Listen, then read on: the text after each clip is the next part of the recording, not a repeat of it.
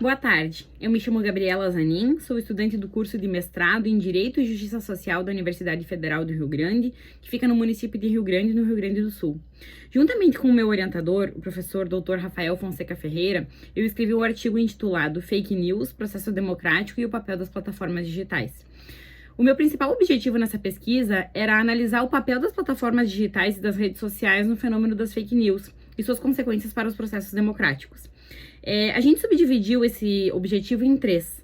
O primeiro seria analisar de fato qual que é o papel dessas plataformas digitais e dessas redes sociais no fenômeno das fake news. Para tanto, a gente acabou por analisar a formação de bolhas informacionais nas redes sociais, a formação de câmaras de eco, onde as pessoas passam a se informar somente em seus grupos de WhatsApp ou em grupos de Facebook, ao invés de acreditar nos que os jornalistas falam, em pesquisar em plataformas de pesquisa, etc. E também toda essa sistemática que a autora Shoshana Zuboff chama de capitalismo de vigilância, que é essa estrutura das redes sociais que permite que essas plataformas cataloguem toda a experiência desse usuário, como seus likes, seus dislikes, seu compartilhamento, seus comentários nas redes, cataloguem e as estudem e vendam esses dados para empresas de forma a entender qual que é o interesse político desse usuário eleitor e também sua posição ideológica, para, por vezes, fomentar polarização artificial e disseminar fake news sob medida e interferir materialmente em processos democráticos, como foi o caso da empresa Cambridge Analytica nos Estados Unidos na campanha do então candidato à época Donald Trump, como foi apresentado nesse artigo, né? O segundo objetivo dessa pesquisa seria, então, entender como que esse fenômeno das fake news acabou por interferir em processos democráticos, e ainda interfere, né? Então, a gente buscou analisar o papel dos líderes populistas nesse cenário, também o papel do fenômeno da pós-verdade, né, que seria essa base para tudo isso, tem sido chamada de fenômeno da pós-verdade, porque são as circunstâncias em que a crença pessoal das pessoas passou a importar mais para a tomada de decisão do que os fatos objetivos. Também o papel do direito à informação, o papel da liberdade de expressão, né, como uma variável, até porque as pessoas têm se justificado do direito à liberdade de expressão para disseminar desinformação nas redes, né, para chegar a essa conclusão de que quais variáveis acabam por fomentar esse fenômeno das fake news e como ele acaba por macular materialmente o processo democrático, né? Porque as pessoas continuam a votar, as pessoas continuam indo até as urnas, esse processo acaba por formalmente continuar acontecendo, mas a mácula é material, porque as pessoas passam a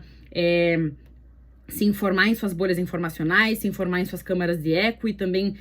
serem alvo de fake news sob medida, de desinformação, de polarização artificial, por meio desse capitalismo de vigilância, né, dessa performatividade algorítmica das redes sociais, que acaba por interferir materialmente no processo democrático, né. Tudo isso para chegar no nosso terceiro objetivo, que seria então propor soluções regulatórias para tentar de alguma forma reduzir os danos dessa mácula, desse fenômeno. E para isso a gente demonstra também exemplos de alguns marcos regulatórios recentes, como a legislação da União Europeia de 2022 e também a legislação da França. E a gente busca também demonstrar qual que é a resposta do STF nesse cenário, quando ele é chamado a se manifestar, qual que tem sido a posição também do Tribunal Superior Eleitoral, para demonstrar como o Poder Legislativo brasileiro tem estado atrasado nessa defesa dos dados dos usuários e também na defesa desse eleitor, quando o assunto é uma segurança digital que proteja a democracia brasileira, né? Então, a gente acredita que os resultados confirmaram a hipótese, porque eles demonstram que sim, as plataformas digitais têm interferido materialmente no processo democrático, tendo em vista todas essas variáveis que eu já citei, as bolhas informacionais, as câmaras de eco, o capitalismo de vigilância, todos eles têm corroborado, então, para essa mácula da democracia que tem sido causada pelo fenômeno das fake news e pelo papel das plataformas digitais e das redes sociais. Esse estudo é extremamente relevante, né, porque ele, além de ser extremamente atual, ele tem trazido consequências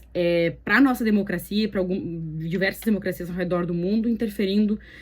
na escolha dos representantes e no futuro das sociedades, né? Convido todos a lerem esse artigo completo e conhecerem mais sobre esse tema que é tão importante para o mundo hoje. Muito obrigada!